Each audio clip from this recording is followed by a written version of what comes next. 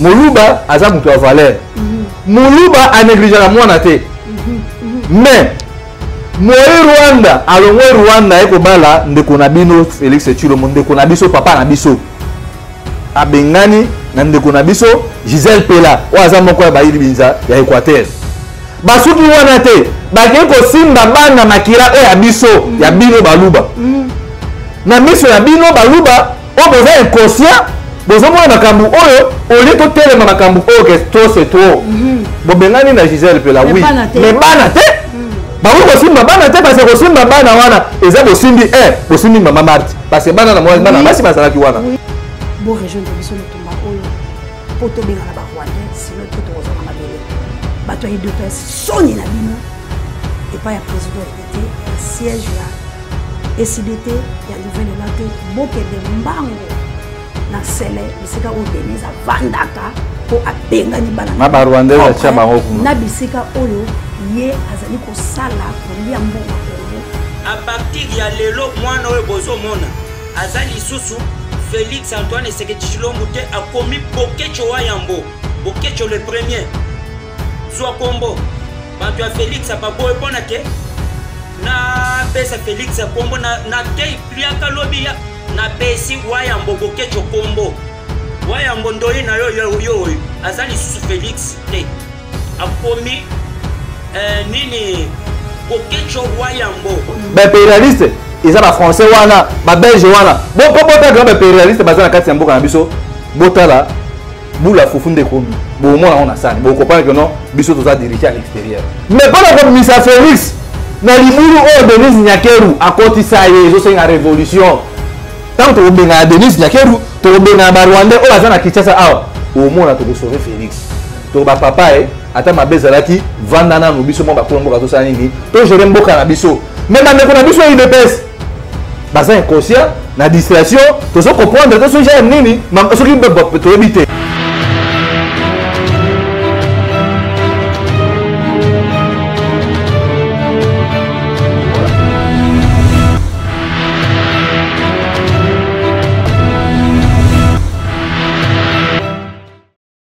Merci na bino bato bozuli baku ya kolanda biso na mokolo mwalelo na émission na biso ya ezui wape pa yo penza to chaka litono na nzete po ete to benga yango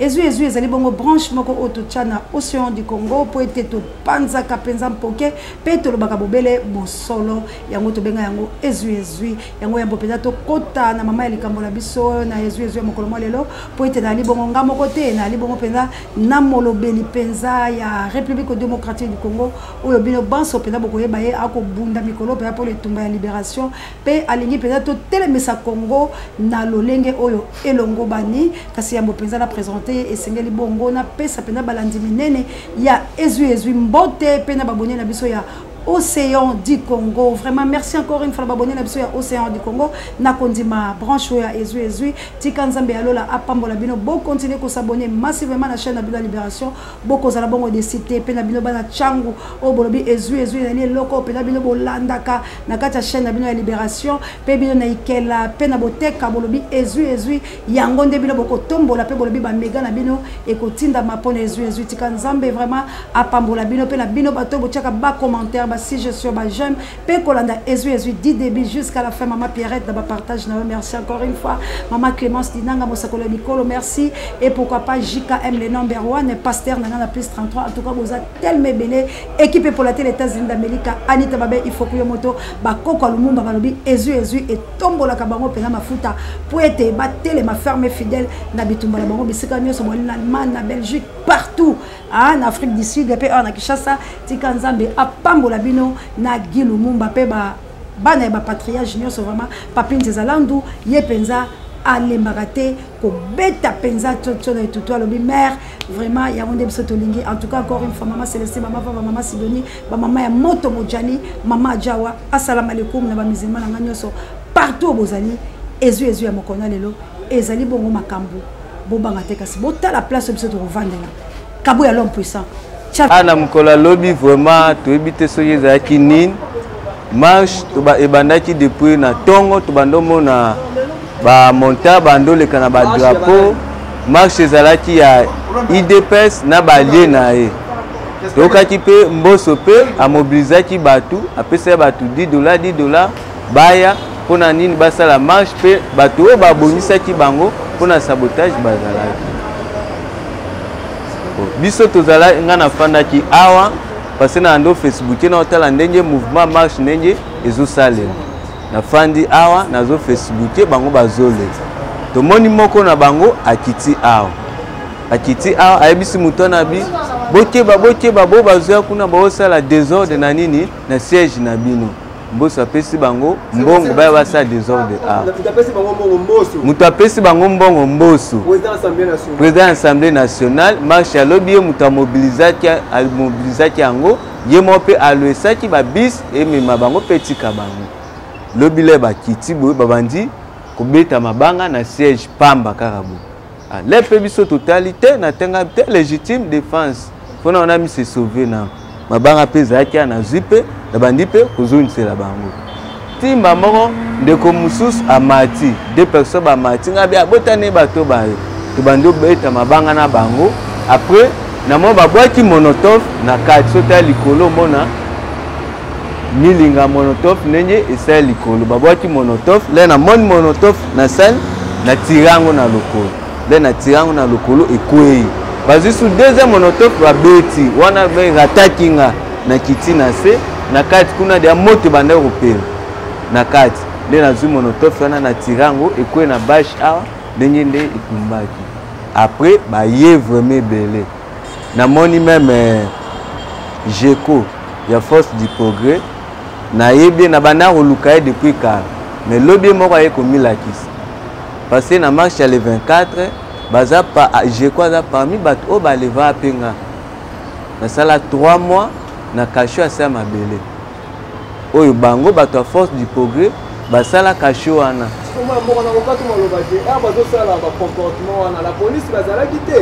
le bazosala comportement wana bango bazalaki liboso la police na katikati na bango la police azokompanye bango tila tobandi echane na bango baye kote ebele biso mpe tokiti na se mpo tosala résistance na bango pourvu ke siège ebeba te le toye groupe ezalaki ya marche tokati groupe tokiti na se tobandi mabanga baye ebele batindiki porte bazalaki plus de 500 batindiki porte bamoko bakoti na kati ya siège tema biso tozala moke toluki façon ya kose protéger après tobimi la police aza wana azotala bango ti bakoti na kati bazwi bakiti ezalaki wana na table bamemi yango baki opanza yango na kati bandisu bakota biso mpe tobimi la police azwa nde koempêche biso na place aempêche bango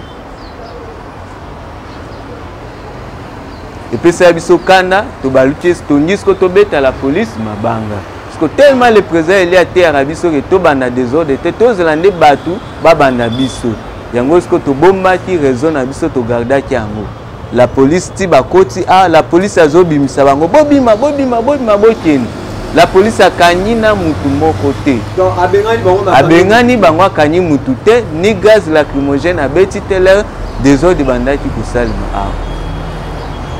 nde après babimi tomoni bakaye oyo toenregistraka bato bapandi yango wana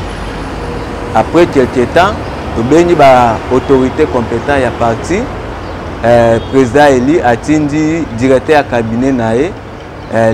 monsieur Papa Mwalim ayaki abengi bato ya droit de l'homme ya MONUSCO mpe bayaki basali bakete babimi bakei na retour na bango ya bamanifesta bazoya bato basalaki oyo baki désordre bazozongana tosali mission na biso tosisi la police atelemi nazotala bango bayaki mpo badétruire siège ya SID bazozonga bazoyemba la police atelemi nazosala ni réaction moko te après groupe mosusu ya bato baya balobi toyaki mpo bapesaki balakaki biso ki bapesa biso ba $10 mais toya bapesa biso ba 1000 francs tosala nango nini ye mboso abimisi biso na bandako na biso amemi biso tosala désordre soki tokufaka awa ese yaningaki azwa charge na biso ya kunda biso na famille na biso apesa biso ba 1000 francs boyebisa mboso jusu tokomona ye na kaluka tokosali tokobambe mabanga c'est qui a mobilisé qui bana kaluka na force du progrès ba ça désordre art retourner ce que biso théorie ba ki ah c'est mutatina qui ba ça désordre ils a mboso président de l'Assemblée nationale ce que ECD na mboso tout ça pas même na conflit politique moko te na ye bosiko problème nini azwa ko attaquer siège national parce que so toucher des sièges ça neti au toucher ndako mkolo ndako wana za fayu avant ni kimia balignité siko biso là to ko réagir monde olobani biso to garder toujours position na biso to garder position na biso yango moni lobi de to bana kaluka ya wapi changu bakitaki tonga de to tumade ba pine a mais le président eli a benyi na téléphone a sololi na biso to longo ba pine na nzela to zongisi to tiki baleka basa manifestation nini balini désordre biso to za ba to désordre te bomona marche na biso nyos to marchaka pacifiquement parce que to za na éducation ya malam oyo le président eli Martin Fayulu apesa biso merci bande ko bolandi wana ba panzi siège ya président ni Martin Fayulu Madidi banani basalibo to koyeba yango to pesa na invité biso mbote imona mboka Bruno mbote mingi mama Osea na sengo mingi na motemo bengi singa lisusu a pona voya kolobela makambo mai koleka na eko na biso et puis to pesi mbote na ba congolais nyonso bisika bozali mboka eko kene mabe yango la tozo senga toujours conscience na moko isika zali et ba ko interpeller ata la mboka na angloise monela parce que soki to tiki bitumba o mama Osea ozomona que non République démocratique du Congo et comme République démocratique ya Banyarwanda yango wana ozomona lo oyo boye ba Denise Nyakeru ba Denise ba komi ko dondo na mboka na biso on dirait mboka oyo boye e komi ya bango yango la tozo senga toujours na batu nyonso toza peu na liso moko ya komona makambo autrement sinon ba diaspora poto basanga ali pate mama Osea ba diaspora poto bato musu bazola ba ono combattant poto mutu musu za ne docteur aza professeur saka musa na mais azan esprit ya azana bezo que non ne ba mona na mboka misu nde makambo zo kende bango pe ba un plus na mboka na biso alors ozomona que no ba biloko wana biso ba oto za na kati awa tozomona ba biloko wana il faut maintenant to conscience ndenge bandi boy suka ngo suka ndenge nini lobby à venir na biso ko za ndenge nini yango ozomona bobangi na mawa eza na kati na biso mais lokola biso tozomeka ko tombola mitu et l'autre tozo senga na ba mikolo ba meka ko cadrer biso parce que lutte oyo bo biso to engager na mama Osea et ça lutte moko ezo senga cadrement moko malamu parce que makambo nyonso te to banda kwa ko loba ngo awa yango mona ngana linga mingi plus que action ke na loba biloba loba mais ska sengi ya ko loba to loba kapona utaisa ke no awa eza mabe eza iska eza malamu mais oza plus important pour na biso surtout l'esprit na ngai mama Osea ngai naza mutu mo révolution depuis na classe surtout ni ba collègue na ngai otuni parcours na ngai na ba collège biska totangi moi j'ai été toujours pour la révolution seule façon biso to ko sauver mboka na biso oyo bo eza révolution alors révolution na to ça nani to ça mona batu oyo boy bazan esprit oyo ya mboka esprit patriotique parce que loba ça senga sala yango zo mona to za préparer malem encadrement bandeko to ça na bango ndo mona que non dans les jours à venir au mona ba procédure nini o biso to za préparer ata mutu moko a hotel makona ko sauver mboka ata ngaite ata bandeko misusu mais to la kisa bango nini tu peux changer makambo na mboka na biso. Vraiment merci papa Bruno côté déjà la maman eli kambolobi ata yo moko ko sauver Biblia pe yemba yango ba nzembo pe yemba atanga moko na keli boso donc les kamba Congo to le question to za lebelete parce que on dirait mitu na biso e ko sala malamu te likambo ya sabotage ya ECD parti ya mokambi moko ya la moka et président légitimement eli na bato ya UDPS na marche na bango basaki lobi soki ezaki ya nini to ebite mboso yebi makambo to zoloba o bato musu balobaki mboso alakaki bango ba 10 000 mais mboso apesi bango ba 1000 francs et puis bato balandi interview comme yo interview mbamoko ya mutazaki na bato balandi moi mama Océan au moni naza moko ya la muka acte lekani lobby isa acte moko ya soni na ya mawa parce que acte salemi lobby wana non seulement que ba ko sakaje ko attaquer biso la muka ko attaquer siège ya ECD ya président élu Martin Fayulu bolimbisi isa ba saboter Chilombo. Ok. Un, Chilombo aza orphelin spirituel. De deux, Chilombo aza orphelin. Papi tient tiré d'Akoufa. Et puis de trois, Chilombo aza orphelin entourage nae. Parce que comment est-il possible? Lobby ezalaki esika o ba président nyo soit molongo bakendaki na New York na oni bisika o boye bato na bato bakenda kotalisa mboka na bango ko représenter mboka na bango ezalaki mukolo oyo boye ya méditation ya kovanda koyoka tomesala déjà na lokuta ya Chilombo tomesala déjà na ba promesse ya Chilombo bon nini ya sika oyo boye akolobela biso lobi ezalaki esengo mpona bayi bakombata ya IDPS komona ke no moko na biso ata ndenge azwa pouvoir ona ndenge mayuya mais akoloba nini enfin mais tala mpona komona ke no Chilombo aza orphelin na nyonso na lobi awa bamisu bakobakisa orphelin ya Chilombo baye kobima biso lobi na distraction ya monene makambo ya bombanda eye kobima lobi donc makambo ezalaki ya monene mpona république eza lisusu na esengo moko te badésorienté événement ya monene na loyengi na lobi de deux non seulement ya bongo jekobeya akei koimprovise marche oyo ezanga mutu na mokila bino bozosala marche soit déjà mpona nini kosoutenir bainstitution en place que nos vie sociale ya bacongolais ekiti bacongolais batiki kobengana bacongolais na mboka na bango mais bolongwa na marche na bino bisika bobandaki soki na quartier 3 soki wapi ndenge babandaki koloba wana mama océan boye na marche ti na assemblée nationale esika mboso aprometaki bino $10,000 boke na assemblée nationale bozwi na bino eloko te bon tomituna est ce que kanda wana ezalaki bo kosilisa yango na esige ukanda na bino bolonga kosila na mboso vraiment tala botawu tala boyinga tala ntango tolanga bato oyo bayi bolole bato na bolema et puis bon moi keno policier congolais aza na matière moko toyebi te mama océan bato bazosala désordre bazobamba siège ya président élu Martin Fayulu Mabanga bino oyo bopekisa bato wana bino bokomi kozwa munduki kogrimase bato oyo bazalaki na kati ya siège bazalaki na bango mpe moke tala niveau mboka soki na okende kokufa alors yango eloko oyo boye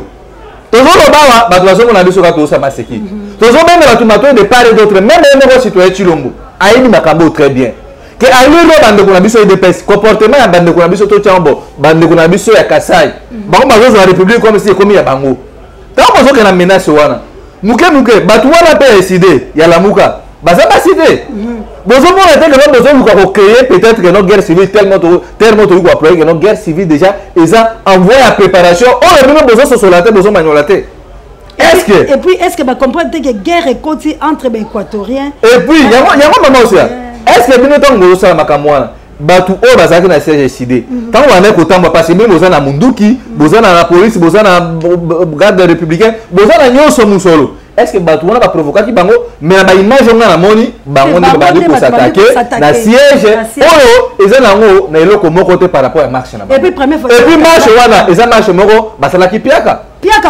alors tozomituna non seulement bokotisi guerre wana entre koya kobuka basiège ya bato de deux olie bino bakombata baya IDPS banyangala kata oh président na bino moko faci aloba banyangala kata b'imbécile bozo comprendre te botala lelo bozwi guerre wana tanto bamakambo ya nini ya guerre civile entre biso na biso moto bazo instrumentaliser biso to bomana lelo oyo boye ndeko na bino Gisèle Pela Alain Pela sa musique ayemba na moka oyo bino baluba bina biso ba congolais to bina donc abinisa mokili mobimba babengani na ndeko na bino epa ya nani epa moyi Rwanda Denise Nyakeru ole bino bota makambu oyo boye na liso abomoto bolongwa tolongwa nalo ba divergence politique na biso tango babengani na sœur na biso ndeko na biso Gisèle Pela bozomona te que non ba humilier nalo tribu luba parce que bino na IDPS tozo ba luba peut-être bolim misipé bande comme ça besoin que non na ça na réfléchir pour na hôtel ça bande ko place boyinda na bango ezali moluba aza mutu a valeur moluba a négliger la mwana te mais moi Rwanda alongwe Rwanda eko bala ndeko na bino Félix Tshilombo ndeko na biso papa na biso abengani na ndeko na biso Gisèle Pela o aza moko ya bayili binza ya Équateur basuki wana te bakei kosimba bana makila oyo ya biso ya bino baluba na miso ya bino baluba oyo boza inconscient bozomona makambo oyo olie totelema makambo oyo ke to c'est trop bobengani na Gisèle Pela oui mais bana te bakoki kosimba bana te parce que kosimba bana wana eza bosimbi mama Marthe parce que bana na bana basi bazalaki wana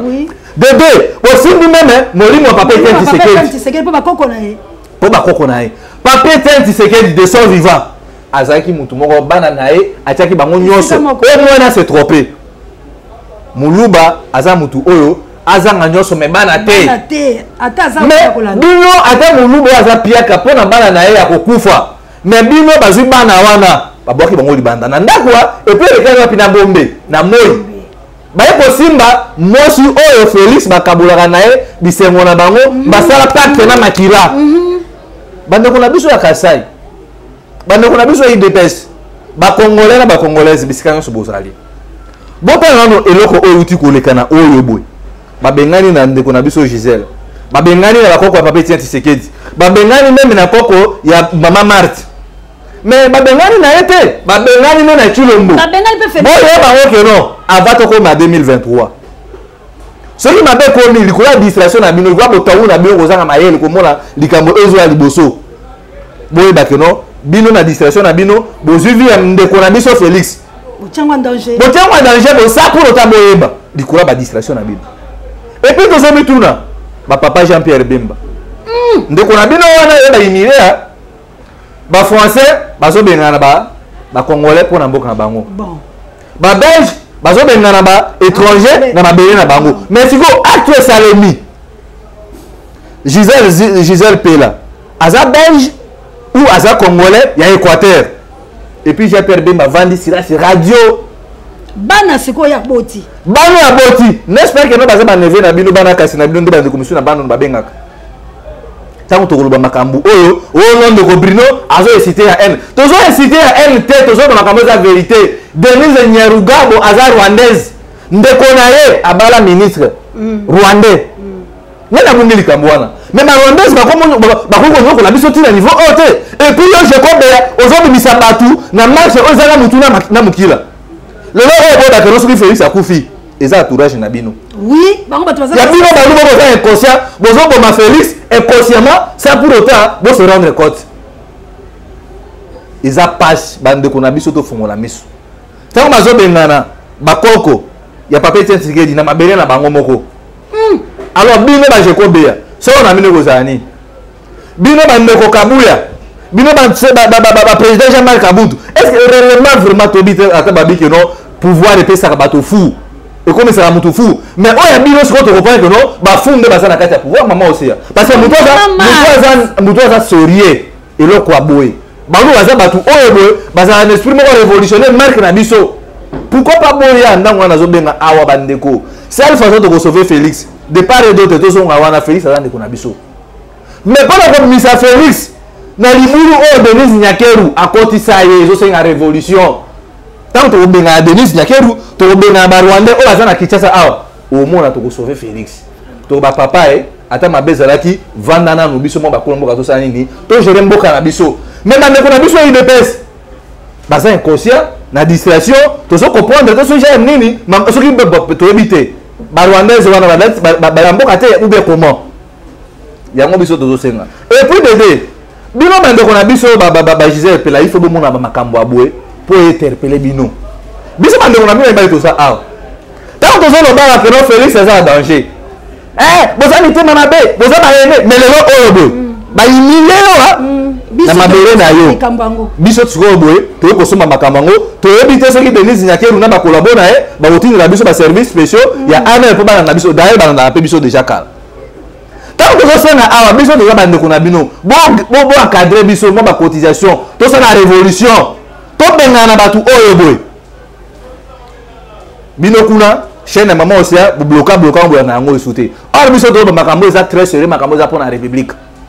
ba biloko aboye bandeko na biso ale pela na landi na audio moko azobenga ndeko ya monsieur Félix aikolela na kati mabé na bango moko du jamais vu ça c'est inhumain hein, franchement ale pela zolela oh ezaki likambo oyo ezaki likambo oyo dake lobi bonde ka eloko nesemaki na Denise to komana ona yoki ale pela zolo banini to kobombana na maloba kaka kongola za mutu aloba kala maloba biso kaka na victoire wana bomona nde bandeko na biso ya IDPS balanda biso na bitumba biso tozo na noble za intérêt général d'ailleurs nazo informer bino makambo ya Gisèle Pela o ezala coûte que coûte maman aussi ya tokoza na victoire pour na ko dénoncer biloko o ba congolais fo bola mukana pongi Denise Nyakero akolekela biso mabe na biso moko te. Donc oza lobby akobengana na Nenette. Akobengana Félix.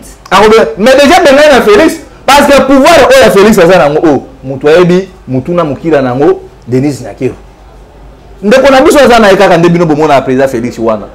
Mais na kati wana ndeko na biso azalaka ete. Boye bango bandeko na biso ayi de rôle ya Bemba pembela Félix. Yango siko tozomituna. Rôle ya Jean-Pierre Bemba eza nini? Rôle ya ba Augustin Kabuya eza nini? Rôle ya ba Wario eza nini? Comment est-ce que moi si lokola Denise Nyakero azo dominer mobali mbinga papa lokola Félix Tshisekedi. Même Joseph Kabila to monde lokwa ne mona te. Cela veut dire que non bande ko na biso ya Kasai, bande ko na biso ya IDPS, ba Congolais to fungola miso mboke so kene mabe. Lobi abo ya no Félix akufi na souhaiter na ngali wa mutute. Te tozo lo baka. Là Gisèle les a ko bomaye. Les a déjà ko bomaye. Ba soda bongo Gisèle ba beleli. Aza moi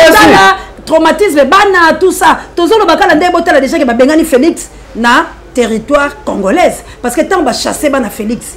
De deuxième oyo ko bimisa Gisèle na bana deuxième wana pe bengani Félix. Mais toi ba kema deuxième wana. E bengani Félix. Eza deuxième na ba Rwanda parce que ngai lokola mokonzi ya mboka. Moi so nga na lala kana eto boti na ibana.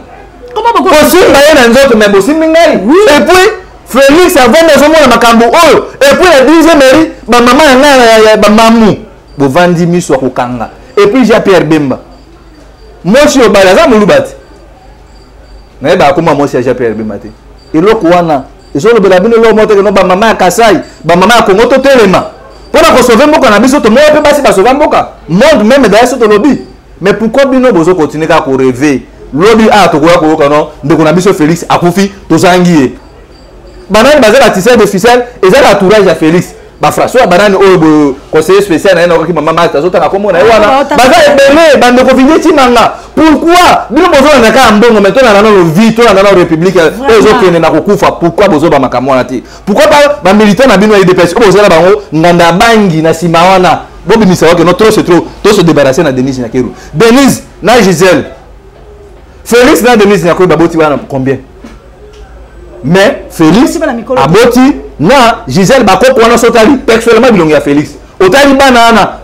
elongi ya maman Marthe alors pourquoi tina niveau oyobo parce que lobby soki ba bengani Gisèle na Belgique akokende wapi ba Congolais ba bengana ba na Rwanda ba Congolais ba bengana ba na Congo et pas d'étrangers alors tozomi tuna est-ce que tozo vraiment bato et puis bina ba combattre IDPS les émissions moi tozo interpeller conscience na bino vraiment émission à lelo. Donc, on va faire siège du président élu Martin Fayulu. Solution ni besoin. Vraiment, besoin solution ni. Besoin solution te. Bolongo na distraction. Bota la même que non moko azala ki na kati na bino. Président Franck Diom à comprendre que Félix azana libulu la molili. Alobina sa nini na rejoindre bitumba mwana mboka Martin Fayulu, na rejoindre bitumba ya Bruno, na rejoindre bitumba ya mwana mboka Adolphe Menzutu, na rejoindre bitumba mama Océan. Alobi ti siko oyo ba combattre IDPS baza malmené baza instrumentalisé bazo comprendre te et le but est que nous daki permettre à Félix mais ils ont pas soutenir Buzoba ngo za nini Denise Nyakero ba komi ko bengana ba Congolais na ba Congolais na mabeli na bango botana soki papa Franck Dionga ko mukolo ya bongo azu conscience alors les jeunes oh depuis Félix a eu pouvoir en 2019 après ta serment na yo za na musala te ti siko za kana sans été bon habité ce qui makambo ba yebisa bino za évangile bon dimaka yango botana ba papa wana depuis 1987 depuis 1990 ti de le obo misu baza musala te alors yo muto bandi lit na 2003 yo muto bandi lit na 2018 bino bande ko certainement boza pemene ya Félix bozo mona makambo oyo bozo mona danger président Félix azo courir na so ben président malgré ça président est illégitime na reconnaître le pouvoir na été mais illégitime. Et aux hommes président na bango potel ça comment président na bango bino boza pembeni na ye bozo mona que no Félix ninga zawana azo courir na liwa bino bozo mona kaba boudin bozo voyager bozo saka ba dollar le lo wana ba pe que so Félix akufi ba vatage bozo na ngo ba ozana ngo lisusu nde est-ce que famille à Gisèle et quoi accepter humiliation wana ba kotika to bango pe ba olenga baloba ke toza bana Congo to bunde tumba po mutu bo pa maman Océan famille à Ndeko Gisèle ba subir déjà humiliation mais pour sauver humiliation na bango longwa ba ko rejoindre na miso tout ça la bloc tout ça la révolution parce que makambu oyo et ça va humilier république va humilier moi aussi à Congo et puis droit de l'homme droit etali makambu ya basi ba maman na biso ba jani mabunda tout le monde appelle maman nani bien que boza ba rival ba Olive Lembe botala bibakata papa na ba Rwandais moi so azani na munduki bozo ke ndako déguerpiller na ndako on dirait Gisèle azana kati ya na kakokolo azana munduki azana Rwanda mais na mabele na ye ya mwana maman océan marche de ça le 29 et ça bien ngai tindo mona nga awa na un esprit ya ko changer makambo ya révolution bande ko misupo ko interpréter brina zona rébellion te to ça la rébellion te to ça la révolution pacifique ko bengana ba bolole nyonso po bato ba ko bengana même na Gisèle ba za ba bolole oya bino mo ndeko on que Congolais azana na niveau ya bolole moko eleki ndelo même au président Martin Fayulu baki ndeko na bino ezo sula ngade enanu ponga mo pena za mungala et puis bino bangala bovandi bozomona eloko wana ezo le kaka aboy tout ça to que no kama New York bande ko na biso bokechu tant ba bokechu bazobelela awa ba lepela na banani misuku na Paris bazo ba bokechu atanga te or bokechu atanga aona makambo musika o bino bomona ngote boto souffle na vidéo moko ya Muluba alobi apesa ki mwana ndoi mais aboy na ye pour Félix bazo comprendre apesa bokechu ya chana mutu la poto souffler Bruno Kandele ki. OK, merci beaucoup, merci ngai docteur Débat Petit Savant babota ki mwana na ngai yo bozo mona apesa ki Félix Antoine Tshisekedi Kombo bayamba ki kombo anate bayamba kite nakomaki lokola nzoba nakomi lokola moi sachet ata sachet bakendaka nango na toilette donc ezalaka bongo te na sali de marche na ti boya lelo boya lobi boya babandi koseka kutu ngai babandi koseka ngai ndenge nazosala marche mpona kombo bon eza ngai te Félix eza bantu na yo nga nalingaki yo na pesio kombo oyambi yango te a partir ya lelo mwana oyo bozomona aza lisusu Félix Antoine Tshisekedi Tshilombo te akomi Bokecho Wayambo Bokecho le premier zwa kombo bantu ya Félix ababoye mpona ke na pesa Félix kombo na te pliaka lobi ya na pesi Wayambo Bokecho kombo Wayambo ndoyi na yo aza lisusu Félix te akomi nini Bokecho Wayambo le premier ndoye na yo ye ngai docteur de baba na changer kombo ya mwana aza lisusu Félix te aza akomi Bokecho Wayambo Bokecho le premier avenir ya lobby. Merci beaucoup monde entier ngai docteur de baba na kosaka te kombo est-ce que to boaka mwana na ko boaka te makambo Wayambo sasa linga eza ebele Wayambo aza na tribalisme aza tribaliste te ta Wayambo ayamba kingai sinaza muluba mbujimai ayamba kingai ndenge nini atali aza na amour bantu nyonso bazoloba ke Wayambo aza na amour te baza bandoki Wayambo ayamba kingai bien très bien asalinga promotion na télévision bantu ebele bazotala makambo kisi na bimisi asida ke lokota mais Wayambo asali assisté docteur de baba mais comment na koko loba ke Wayambo aza tribaliste non Wayambo aza muntu ya Nzambe Wayambo aza muntu wa muntu nyonso Wayambo aza muntu ya Baluba Wayambo aza muntu ya Equateur Wayambo aza muntu ya Bandundu Wayambo aza muntu ya bantu nyonso na Congo mobimba aza congolais 100% na pesio kombo ya bande kolanga la tchaki on poto sekama mukeme bomoni Muluba aboy Félix Samote Momba alobi mwana ya pesie Wayambo po Wayambo zo sungaye po Wayambo osala makambo alobi na za Muluba boyoki be place azali na tonalité na mwana ye bomoni kaki Muluba siko tourner au New York mama Océan kwa sana ngo ye na New York to babengani ndeko na biso Félix Tshilombo aza na danger omoni awa boye tango tosaki marche ya liboso babengisaki mbangu na États-Unis Et puis discours au Félix avec aux États-Unis et quel sur bactéries sur problème. OK. Tant que lobby a rosala intraitable na bato oyo so bazo ba matière na loinga mabe. A lobby makambo belé et puis si ba américain kanda. On les a sous choc. Mais tant on a touré mabe, on a touré na babololé. Conséquence yango Félix a subi yemoko. Ngai depuis kala na premier voyage. Je me souviens encore en 2019, le 19 septembre, au moins qu'on a bossé en date. On a fait ça conseil. Félix, Batoza peut même changer entourage, changer la conseil même dans le domaine de la communication. Félix avait ramassé Camerounais moko, avait au Tchaïwana na kati ya nini ya makamba communication.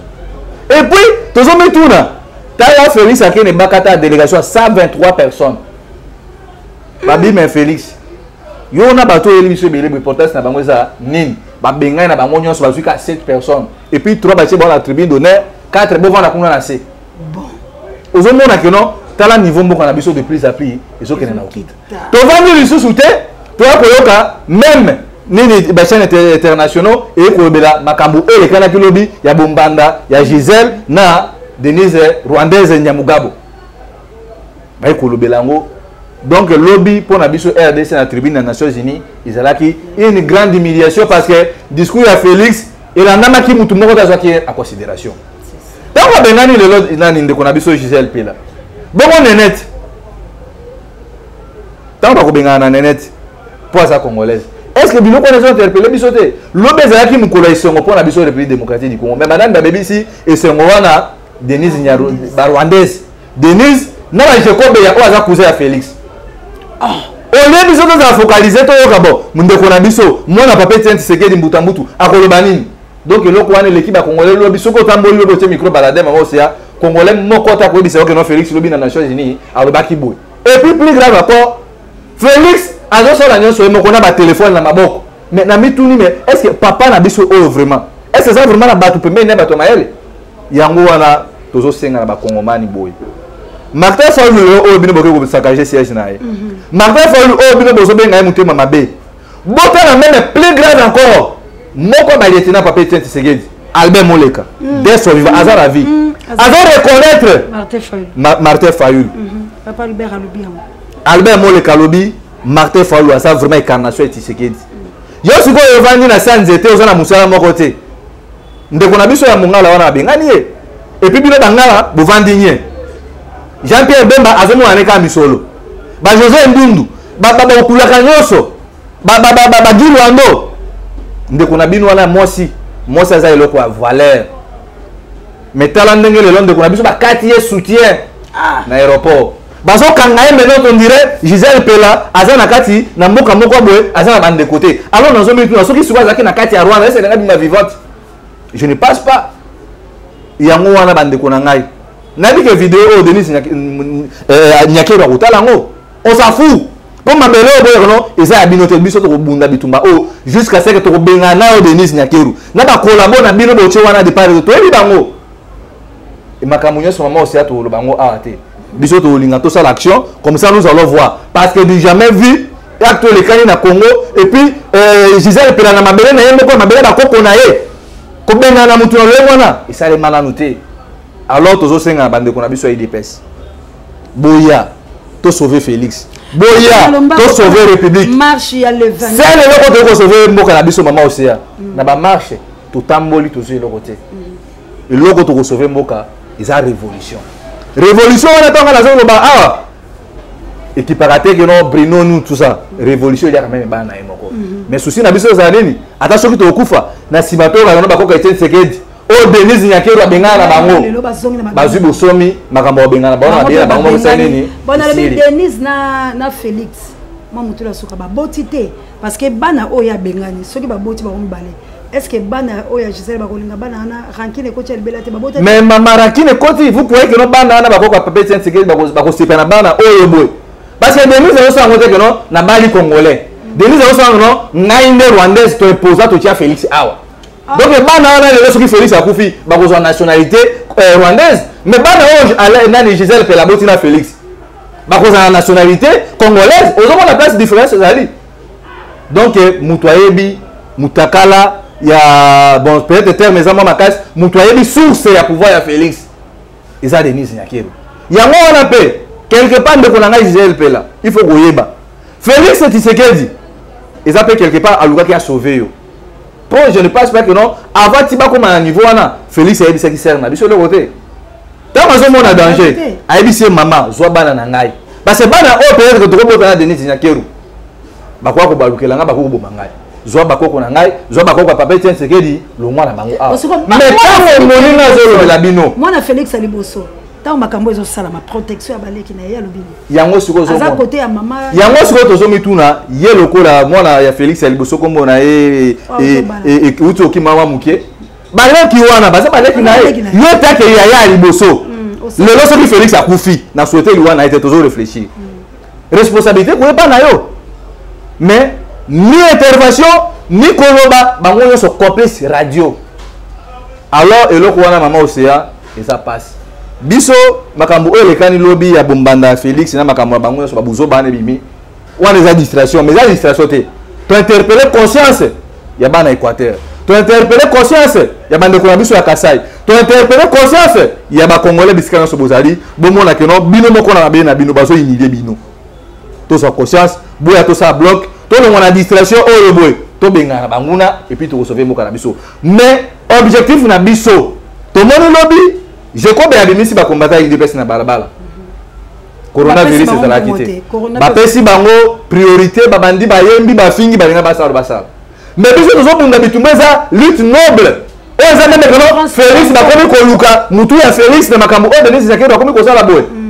alors bozo luka boti de la biso ba soda et puis même maman Océan soki na kotala makambo ndo que je ne pense pas que non c'est Félix qui dirige ce pays et ça Denis Nyakero nde mutu azo ba instruction oyo po ti o ngoli ba policier inde na ba service ya DGM quoi ko benga na Gisèle Pela na résidence na ye donc quelque part Denis azo pesa ba ordre que non to lito na sur Martin fa lutter et puis to zo senga eloko oyo boy bato boza pemena ba leader na biso ala muka tozo mona bo mona ki da ngama ona zalaki mercredi wana le 15 ba leader na biso baza non protégé bon tozo metuna est-ce que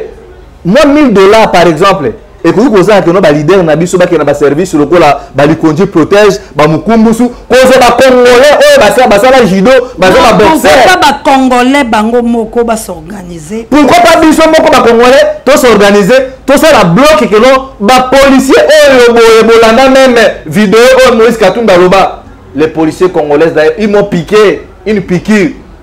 donc ba leader na biso ba ko bomba bango soki ba kufi lelo oyo bo bino ba to boza premier ba leader wana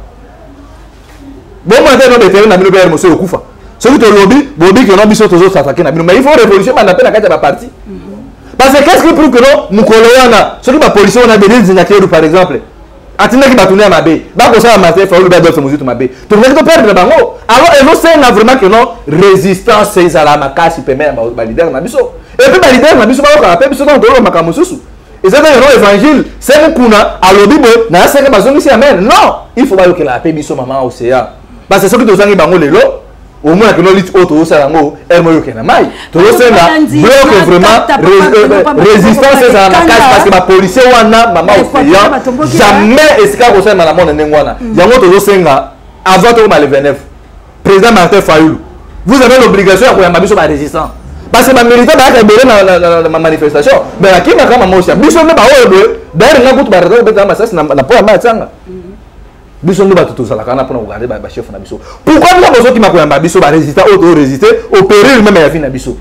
et puis pourquoi pas ba leader na biso boli na koyoka ba proposition o biso tozo pesa pe bino quelque part